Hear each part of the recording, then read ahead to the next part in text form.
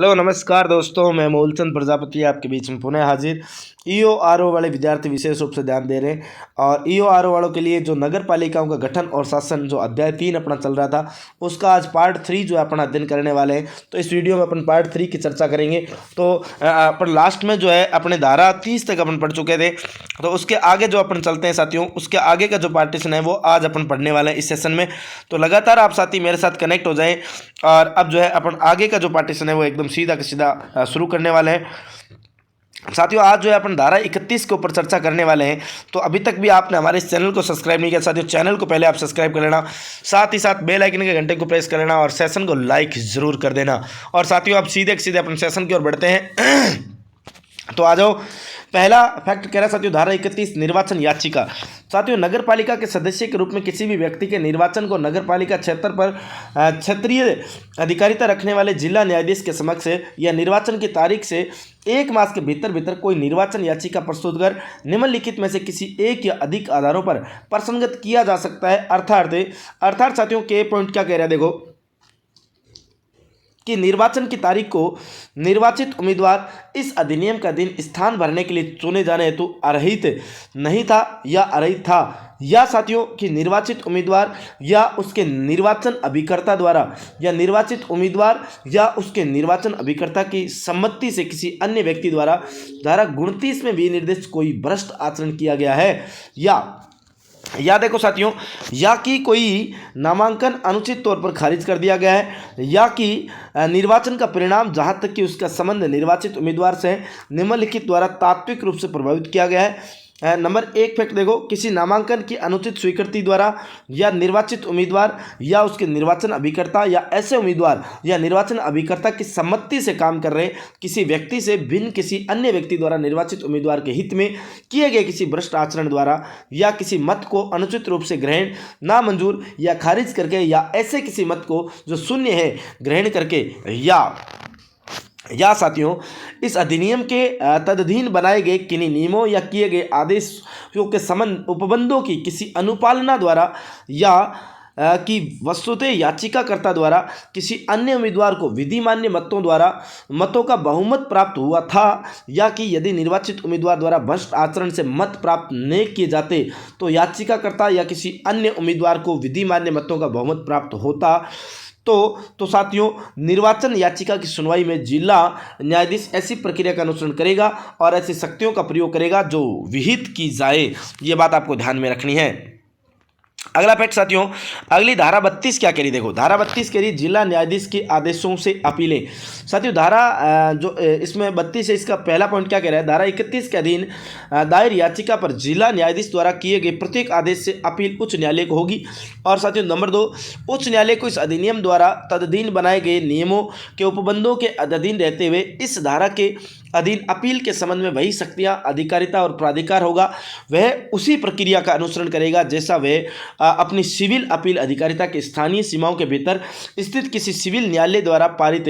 मूल डिक्री से अपील की दशा में करता है। और साथियों अगला है कि इस धारा के अधीन प्रत्येक अपील उस आदेश की जिससे अपील की गई है तारीख के 30 दिवस के कालावधि के भीतर की जाएगी, परंतु उच्च न्यायालय 30 दिवस की उक्त कालावधि की समाप्ति के पश्चात भी कोई अपील ग्रहण कर सकेगा यदि उसका ये समाधान हो जाए कि अपीलार्थी के पास ऐसी कालावधि के भीतर अपील न करने के लिए पर्याप्त कारण था। ये ध्यान रखना है। और साथियों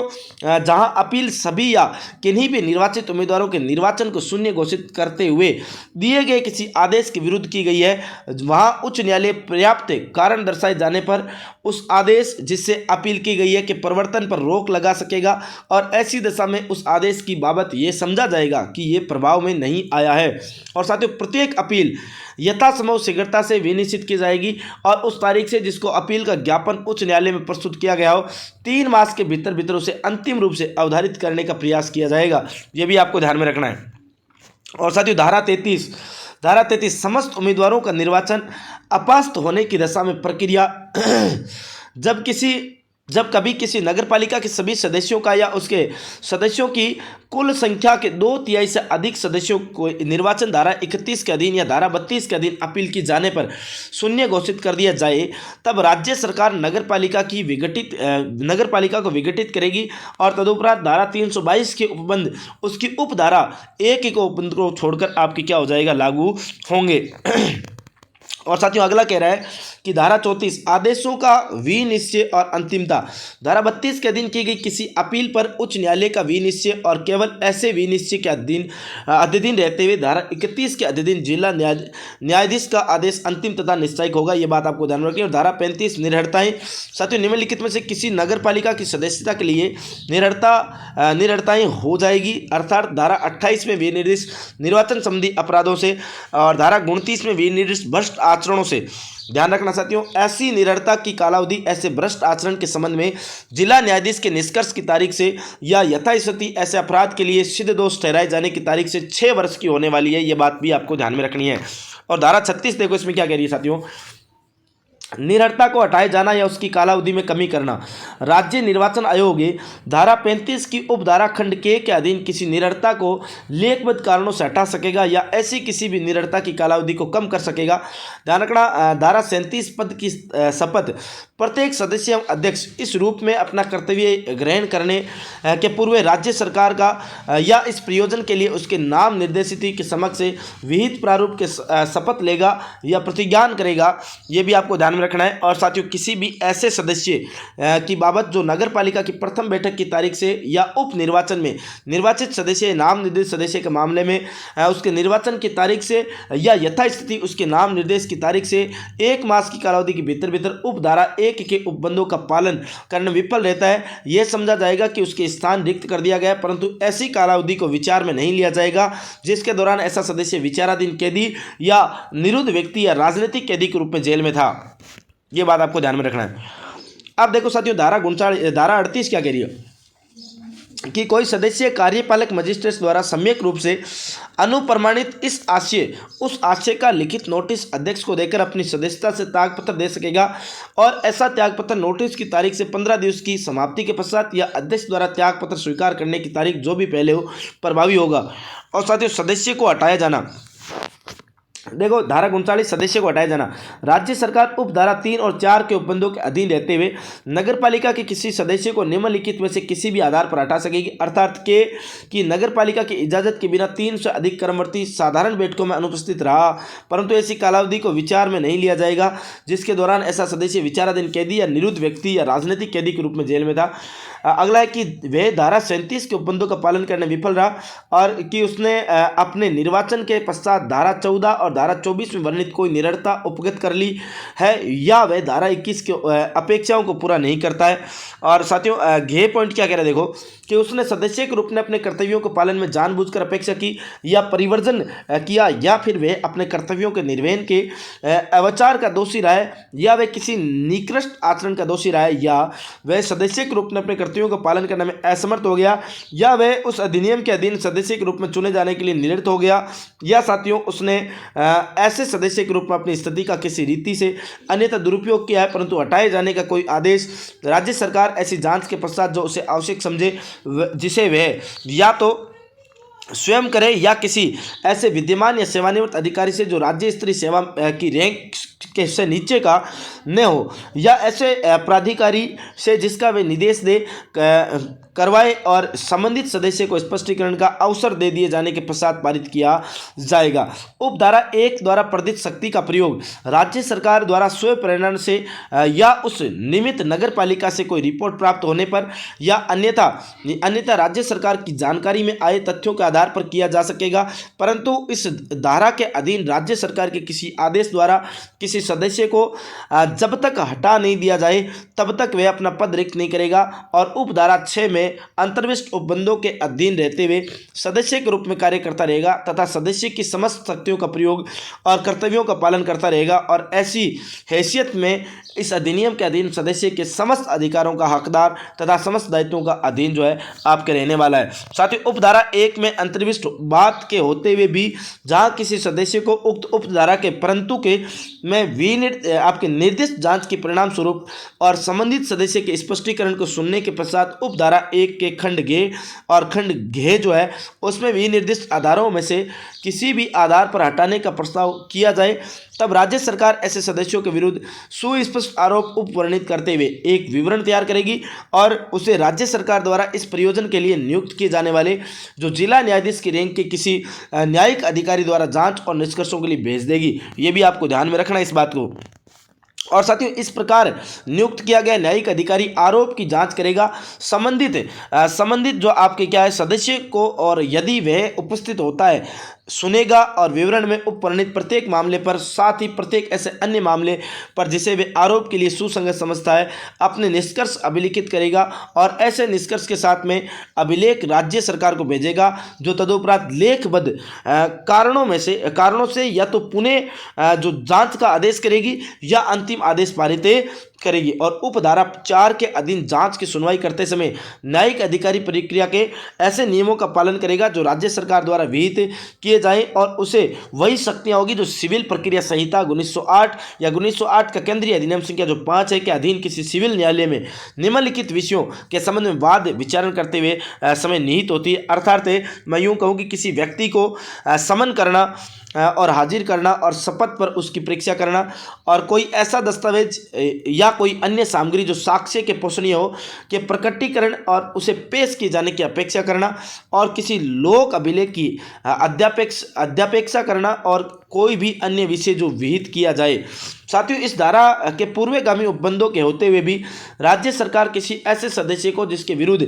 इस धारा के अधीन जांच की कार्यवाही प्रारंभ कर दी गई है और जांच की समाप्ति तथा अंतिम आदेश पारित होने तक के लिए निलंबित कर सकेगी और इस प्रकार निलंबित सदस्य नगरपालिका की किसी कार्यवाही में भाग लेने या अन्यथा उसके सदस्य के कर्तव्यों का पालन करने का जो है आपके हकदार नहीं होगा। और साथ ही इस धारा के अधीन जो है आपके पारित राज्य सरकार का प्रत्येक अंतिम आदेश राजपत्र में प्रकाशित किया जाएगा और वह अंतिम होगा और ऐसे किसी भी आदेश को किसी न्यायालय में प्रश्नगत नहीं किया जा सकेगा। ये भी आपको ध्यान में रखना है। और धारा 40 देखो, बड़ी महत्वपूर्ण साथियों धारा आ चुकी है। धारा 40 पदावधि की समाप्ति के पश्चात जो है कतिपय अभिकथनों की जांच तो किसी नगरपालिका के किसी भी सदस्य या अध्यक्ष या उपाध्यक्ष के विरुद्ध धारा 39 की उपधारा 1 के खंड घ में विनिर्दिष्ट प्रकृति के किन्हीं अभिकथनों के संबंध में ऐसी नगरपालिका के सदस्य अध्यक्ष या उपाध्यक्ष के विरुद्ध उक्त उपधारा के परंतु तथा उस धारा की उपधारा 3 या 4 में भी आपके निर्दिष्ट जांच उस नगरपालिका के कार्यकाल की समाप्ति के बाद या उसके ऐसा सदस्य अध्यक्ष या उपाध्यक्ष न रहने के बाद भी आपके प्रारंभ की जा सकेगी। और यदि जांच ऐसी आपकी समाप्ति या ऐसे उसके ऐसा सदस्य अध्यक्ष या उपाध्यक्ष के रहने से पूर्व ही आरंभ की जा चुकी हो और वह उसके बाद भी चालू रखी जा सकेगी। उपधारा 3 के अंतर्गत आने वाले मामलों को छोड़कर ऐसे प्रत्येक मामले में राज्य सरकार लिखित आदेश द्वारा केवल धारा 39 की उपधारा 4 के अधीन न्यायिक अधिकारों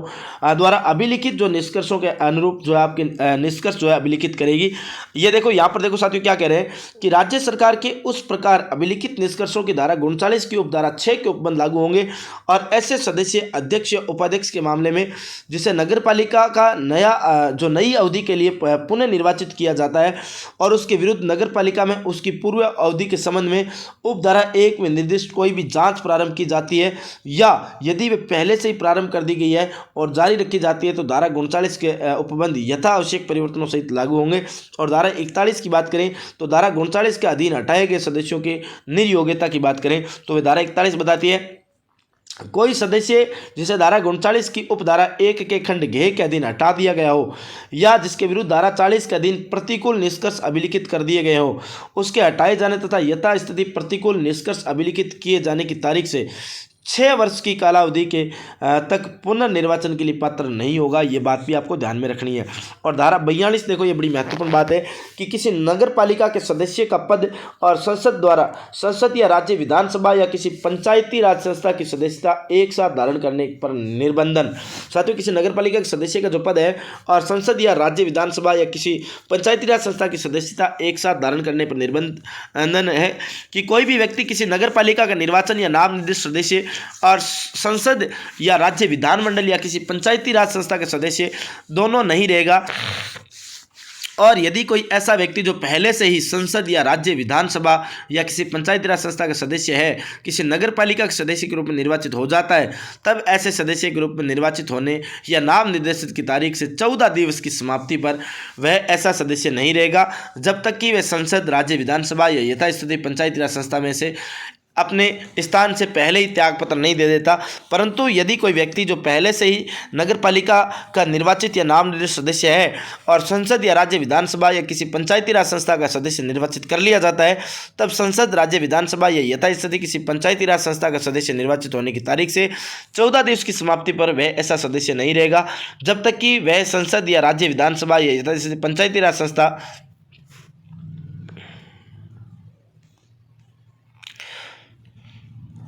पंचायती राज संस्था में से अपने स्थान से पहले ही त्यागपत्र नहीं दे देता। तो अब है धारा 43 की बात करें तो धारा 43 साथियों, प्रत्येक नगर पालिका में एक अध्यक्ष और एक उपाध्यक्ष होगा। यानी प्रत्येक नगर निगम के लिए एक महापौर, प्रत्येक नगर परिषद के लिए एक सभापति और प्रत्येक नगर पालिका बोर्ड के लिए एक अध्यक्ष होगा जो विहित रीति से निर्वाचित किया जाएगा। प्रत्येक नगर निगम के लिए एक उप महापौर, एक नगर परिषद के लिए एक उप सभापति और प्रत्येक नगर पालिका बोर्ड के लिए एक उपाध्यक्ष होगा जो विहित रीति से निर्वाचित किया जाएगा। और नगर पालिकाओं के अध्यक्षों के पद अनुसूचित जातियों, अनुसूचित जनजातियों और पिछड़े वर्गों के लिए तथा महिलाओं के लिए ऐसी रीति से आरक्षित रहेंगे जो विहित की जाए। और राज्य सरकार उपधारा 3 के अधीन आरक्षित अध्यक्षों के पदों का राज्य की विभिन्न नगर पालिकाओं को आवंटन करेगी और ऐसे पदों का आवंटन करने में निम्नलिखित उपबंधों को ध्यान में रखा जाएगा। अर्थात साथियों, क्या क्या ध्यान में रखना है कि देखो, ऐसी नगर पालिकाओं जिनमें अनुसूचित जातियों तथा अनुसूचित जनजातियों के लिए पद का आरक्षण किया जाए, फैलाव संपूर्ण राज्य में होगा और ये यथासंभव उन क्षेत्रों में स्थित होगी जिनमें उन जातियों की जनसंख्या का अनुपात राज्य की कुल जनसंख्या के अनुपात के तुलनात्मक रूप से अधिक है। और ऐसी नगर पालिकाओं का जिनमें महिलाओं के लिए पद आरक्षण किया जाए, आपकी फैलाव संपूर्ण राज्य में होगा। और इस धारा के अधीन अनुसूचित जातियों और जनजातियों या पिछड़े वर्गों के सदस्यों के लिए अध्यक्षों के पद का जो आरक्षण भारत के संविधान के अनुच्छेद 334 में विनिर्दिष्ट कालावधि की समाप्ति पर प्रभावी नहीं रहेगा। और ऐसा प्रत्येक अध्यक्ष या उपाध्यक्ष जो नगर पालिका में 1 मास से अधिक की कालावधि तक ऐसे अनुपस्थित रहता है कि वह ऐसे अध्यक्ष या उपाध्यक्ष के रूप में अपने कर्तव्यों का पालन करने में असमर्थ हो जाए, तो वह अध्यक्ष या उपाध्यक्ष नहीं रहेगा जब तक कि उसके नगर पालिका द्वारा से प्रकार अनुपस्थित रहने की छुट्टी मंजूर नहीं कर दी गई हो। और उपधारा 6 के अधीन वह 6 मास से अधिक की कालावधि के लिए छुट्टी मंजूर नहीं की जाएगी। जब कभी किसी अध्यक्ष को छुट्टी मंजूर कर दी जाए और उपाध्यक्ष का पद रिक्त हो, तब ऐसी रिक्त स्थिति कालावधि के भीतर आपके ऐसी रीति से जो विहित की जाए सदस्यों में से निर्वाचन के द्वारा भरी जाएगी। जब किसी उपाध्यक्ष की छुट्टी मंजूर कर दी जाए या उपाध्यक्ष अध्यक्ष का कार्य कर रहा हो, तब उपाध्यक्ष के पद की रिक्ति उस पर किसी अन्य सदस्य का निर्वाचन करके भरी जा सकेगी। और यदि किसी नगरपालिका का उपाध्यक्ष नगरपालिका के अध्यक्ष के रूप में निर्वाचित हो जाता है, तो उसकी बाबत यह समझा जाएगा कि उसने उपाध्यक्ष के रूप में अपना पद रिक्त कर दिया है। और किसी नगरपालिका के प्रत्येक अध्यक्ष और प्रत्येक उपाध्यक्ष की बाबत तत्काल वह समझा जाएगा कि उसने अपना पद रिक्त कर दिया है। यदि वह विहित प्रक्रिया के अनुसार उसमें अविश्वास अभियुक्त करते हुए कोई संकल्प पारित कर दिया गया है। और प्रत्येक अध्यक्ष, साथियों देखो, प्रत्येक अध्यक्ष तथा प्रत्येक उपाध्यक्ष को ऐसे अध्यक्ष या उपाध्यक्ष के रूप में अपने पद से धारा 39 की उपधारा 1 के खंड घ में विनिर्दिष्ट आधारों में से किसी भी आधार पर हटाया जा सकेगा और उस धारा की उपधारा 2 से 6 तक उपबंध लागू होंगे। और प्रत्येक अध्यक्ष तथा प्रत्येक उपाध्यक्ष की पदावधि जो है इस अधिनियम में अन्यथा उपबंधित के सिवाय नगरपालिका की पदावधि के अनुरूप होने वाली है। और उपाध्यक्ष अध्यक्ष को लिखित नोटिस देकर अपने पद से त्यागपत्र दे सकेगा और अध्यक्ष ऐसे अधिकारी को जो राज्य सरकार द्वारा किसी निमित्त नियुक्त या प्राधिकृत किया जाए वैसा ही नोटिस व्यक्त देकर त्यागपत्र दे सकेगा। ऐसा प्रत्येक त्यागपत्र उसके मंजूर किए जाने पर या यथास्थिति जो अध्यक्ष या यथास्थिति ऐसे अधिकारी को नोटिस दिए जाने से 30 दिवस की समाप्ति पर जो पहले हो प्रभावी होगा। ये भी आपको ध्यान में रखना है यहाँ पर। अब देखो साथियों, लगभग अपने 18 से 20 मिनट अपने को पढ़ते हुए हो गए और अभी तक भी आपने चैनल को सब्सक्राइब नहीं किया तो चैनल को पहले सब्सक्राइब करो, साथ ही सेशन को शेयर करना और लाइक वाला बटन जरूर दबाना। और साथियों एक विशेष बात आपको और बता दूं कि लाइक शेयर सब्सक्राइब तो करना ही करना, साथ के साथ आपको बेल आइकन घंटे को प्रेस करना है। और साथियों पूरी जो है प्लेलिस्ट आपकी बनी हुई पड़ी है जीके विद मूलचंद सर पर, तो वहाँ से आप पूरी जानकारी जो है पढ़ सकते हो। और Telegram channel GK with Moolchand sir आप जरूर ज्वाइन कर लेवें। देखो साथियों 13 नंबर पॉइंट क्या कह रहा है कि फर्स्ट 13 में पहला बिंदु कह रहा है कि अध्यक्ष के पद पर पदावधि समाप्त हो जाने से अन्यथा हुई कोई रिक्ति ऐसी रिक्त होने से 6 मास की कालावधि के भीतर भरी जाएगी और ऐसी रिक्ति भरने के लिए निर्वाचित व्यक्ति ऐसी शेष अवधि के लिए पद धारण करेगा जिसके लिए वह अध्यक्ष जिसके स्थान पर उसका इस प्रकार निर्वाचन किया गया है पद धारण करता है। यदि ऐसी रिक्ति नहीं हुई होती परंतु राज्य सरकार अपरिहार्य परिस्थितियों के मामले में ऐसे निर्वाचन की तारीख को आपके पूर्वोक्त कालावधि के आगे अधिकतम 3 मास की कालावधि के लिए और बढ़ा सकेगी, ध्यान रखना। अगला है उपाध्यक्ष की बात करें साथियों, उपाध्यक्ष के पद पर पदावधि समाप्त हो जाने से अन्यथा हुई कोई रिक्ति आपके पूर्ववर्ती उपधाराओं के उपबंध के अनुसार भरी जाएगी और रिक्ति को भरने के लिए निर्वाचित व्यक्ति ऐसी शेष अवधि के लिए पद धारण करेगा और जिसके लिए उपाध्यक्ष जिसके स्थान पर उसके ऊपर निर्वाचन किया जाएगा पद धारण करता है यदि कोई रिक्ति नहीं होती है तो। और इस धारा के उपबंधों के अनुसार निर्वाचित आपके अध्यक्ष या उपाध्यक्ष नाम यथाशक्य शीघ्र राजपत्र में प्रकाशित आपके किए जाएंगे और नगर पालिका का अध्यक्ष जो है वह निधि में ऐसे मासिक भत्ते और पर सुविधाएं प्राप्त कर सकेगा जो विहित की जाए। अब देखो साथियों अध्यक्ष और उपाध्यक्ष के निर्वाचन की जो विधि मान्य अवधारणा है वो लगभग देखो अपने धारा 43 पढ़ी उसी सेम की बात हो रही है। केवल स्पष्टीकरण ध्यान रख लेना कि जिला न्यायाधीश या किसी भी अन्य न्यायाधीश को जिसे कोई निर्वाचन याचिका प्रस्तुत या अंतरित की गई हो और जिसके द्वारा इस धारा में उपबंधों के अनुसार कोई सुनवाई की गई है उसके पश्चात न्यायाधीश के रूप में आपके निर्दिष्ट किया जाता है, तो ये आपको ध्यान में रखना है। अब देखो सीधा अपन आ जाते हैं धारा 45 पर, इस पर गौर करना। धारा 45 देखो साथियों, धारा 45 के लिए मुख्य नगर पालिका करते यानी नगर पालिका के मुख्य करते क्या। अब देखो नगर पालिका करते में आप जानते हो साथियों, अब लोक स्वास्थ्य है, स्वच्छता है, संरक्षण है, ठोस अपशिष्ट प्रबंधन है, जल निकासी है, मल मैन है, सार्वजनिक मार्गों की बात करें, स्थानों की बात करें, मल नालियों की बात करें और ऐसे स्थानों को जो निजी संपत्ति नहीं हो और जनता के उपयोग के लिए खुले हो, चाहे ऐसे स्थान नगर पालिका में निहित हो या नहीं हो, कि सफाई हानिपूर्ण वनस्पति को हटाना और सभी जो लोग आपके न्यूसेंसों को है उनको समाप्त करना। तो इसमें कुल मिलाकर आप देख सकते हो साथियों गंदगी कूड़ा करकट विष्टा ये इन सबको आपको क्या करना है, इनके ऊपर आपको कार्य करना है। और सार्वजनिक मार्गों स्थानों और भवनों में रोशनी की व्यवस्था करना है, आग बुझाना, आग लगने पर जीवन की संपत्ति की सुरक्षा करना है, गणना उत्पादक खतरनाक व्यापारों और व्यवसाय में विनियमित करना। तो ये सभी आप देख लेना आराम से कि आप नगर पालिका के आपके जो प्रमुख कार्य जैसे सार्वजनिक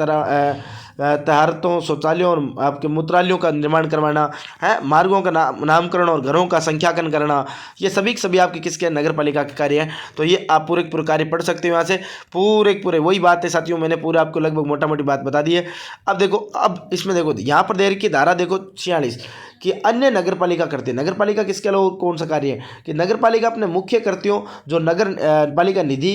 पर प्रथम प्रभार होंगे के संतोष पर निष्पादन को ध्यान में रखते हुए अपनी प्रबंधकीय तकनीकी और वित्तीय क्षमताओं के अधीन रहते हुए निम्नलिखित में से किन्हीं भी कृत्यों को जिम्मा ले सकेगी, उसका निष्पादन भी कर सकेगी या उसके निष्पादन को प्रोत्साहित भी कर सकेगी। और उसमें कौन से जैसे पर्यावरण संरक्षण के क्षेत्र में, अब पर्यावरण संरक्षण के क्षेत्र में देखो बंजर भूमियों को उपजाऊ बनाना है, सामाजिक आपकी वानिकी है उसको प्रोत्साहन देना है, खुले स्थानों को रख रखाव करना है, पौधों सब्जियों वृक्षों के लिए आप पौधशालाओं की स्थापना करना है। ये प्रमुख चारों कार्य यानी पुष्प प्रदर्शनियों को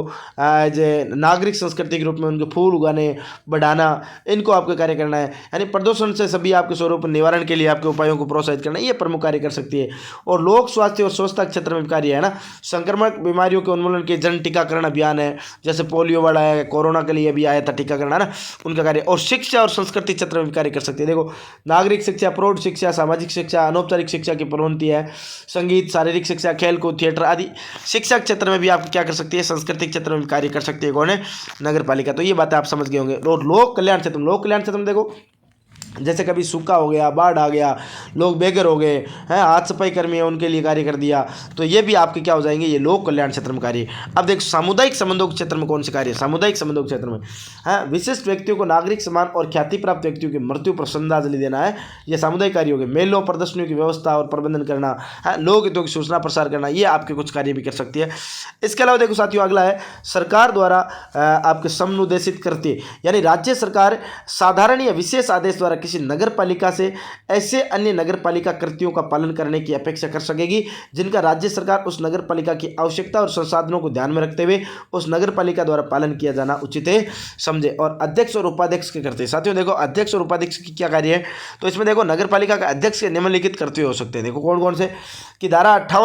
58 में यथा उपबंधित रूप में नगर पालिका की नियमित बैठक आयोजित करवाना, और जब तक कि युक्त कारण से निवारित नहीं किया गया हो नगर पालिका की समस्त बैठकों की अध्यक्षता करना, ये इसका कार्य हो जाएगा। और साथियों करना है, और धारा 337 की उप धारा 2 के खंड आपके 13 की बात करें के अधीन आपके तत्सम प्रवर्त नियमों को उपबंधों के अधीन रहते हुए ऐसी बैठकों के कार्यों का संचालन करना। कुल मिलाकर अपन बात करें साथियों का बैठक जो है और वित्तीय लेन देन जो है, वित्तीय जो स्वीकृतियां हैं, ये जो आपके नगर पालिका का अध्यक्ष की आपकी क्या हो जाएगी, आपकी शक्ति हो जाएगी, और उपाध्यक्ष से आपके क्या डिस्कशन को करना पड़ेगा। अब देखो अगली बात क्या आ जाती है, धारा 49 क्या कह रही है कि अभिलेखों की अभिरक्षा को सम्मिलित करते हुए मुख्य नागरिक अधिकारी की शक्तियां और कर्तव्य। देखो मुख्य नगरपालिका अधिकारी और नगरपालिका के सभी अभिलेखों की अभिरक्षा और रखरखाव के लिए उत्तरदायी होगा, यह मुख्य नगरपालिका अधिकारी की बात हो रही है। जहां किसी नगरपालिका या उसकी किसी समिति को कोई कार्यवाही या संकल्प या अध्यक्ष का आदेश इस अधिनियम का तदाधीन बनाए गए नियमों के उपबंध में असंगत हो, वह मुख्य नगरपालिका अधिकारी के लिए विधि आपके सुसंगत जो वर्णित आपके नियम होते हैं ना, उसमें अध्यक्ष और उपाध्यक्ष की जो कार्यवाही है उनको सम्मिलित करते हो आपके क्या कार्य किए जाएंगे। और ये जो है 7 दिन के भीतर जैसे कोई भी हाथ में जो कार्यवाही ले ली उसको 7 दिन के भीतर उसमें राज्य सरकार या उसके नामित जो प्राधिकर्ता है किसी भी अधिकारी को आपके सुसंचित करेंगे तो ये सभी कार्य इसमें आ जाएंगे। अभी आप पढ़ लेना आराम से, है ना, पूरी जानकारी यहाँ पर दे रखी है। अगला है कार्यभार सौंपना, ये लास्ट धारा 50 क्या करिए, कार्यभार को सौंपना। जब कभी भी देखो, जब कभी कोई अध्यक्ष त्याग पत्र दे दे या अध्यक्ष न रहे या उसे अध्यक्ष के पद से हटा दिया जाए या अध्यक्ष का पद रिक्त कर दे या उसे निलंबित कर दिया जाए या सदस्य या अध्यक्ष के रूप में उसका निर्वाचन शून्य घोषित कर दिया जाए, कोई भी मान लो है, कोई भी उपाध्यक्ष त्याग पत्र दे दे या उपाध्यक्ष न रहे, वही बात अध्यक्ष वाली सेम टू सेम बात, या निलंबित कर दिया जाए, शून्य कर दिया जाए, तो कोई सदस्य त्याग पत्र दे दे या हटा दिया। अब सदस्य के मामले में बात होगी तो किसी भी नगर पालिका को विघटित कर दिया जाए, नगर पालिका को पूरी को विघटित कर दिया जाए या उसकी कागजी कार्यवाही बंद कर दिया जाए, है, या फिर इसका वास्तविक कब्जे का उपयोग हो जाए या पद कार्यभार विहित रीति से आपको निम्नलिखित तुरंत सौंप देगा ना। तो अध्यक्ष के मामले में उपाध्यक्ष को, और यदि कोई उपाध्यक्ष नहीं हो तो ऐसे सदस्य को उसके लिए राज्य सरकार निर्देश दे, परंतु ऐसी किसी अध्यक्ष के पद का कार्यभार जो अनुसूचित जातियों अनुसूचित जनजातियों, ये समझ रहे हो क्या, तो उपाध्यक्ष की दशा में अध्यक्ष को, और यदि कोई अध्यक्ष न हो तो ऐसे सदस्य को जिसके लिए राज्य सरकार निर्देश दे, वैसे आपका अध्यक्ष और उपाध्यक्ष क्या है आपके जो है इसका निर्देशन कर दिया जाता। तो ये अपना पूरा साथियों गठन वाले की बात हो गई। पूरी 50 धाराएं थी, 3 पार्ट में अपन ने इसको पूरा पढ़ लिया है। अब जो है अगला फैक्ट, अगला जो चौथा अध्याय वो अपन अगले अपने पार्ट में चर्चा करने वाले, तो लगातार आप बने रहें और चैनल को सब्सक्राइब करके जरूर रख ले।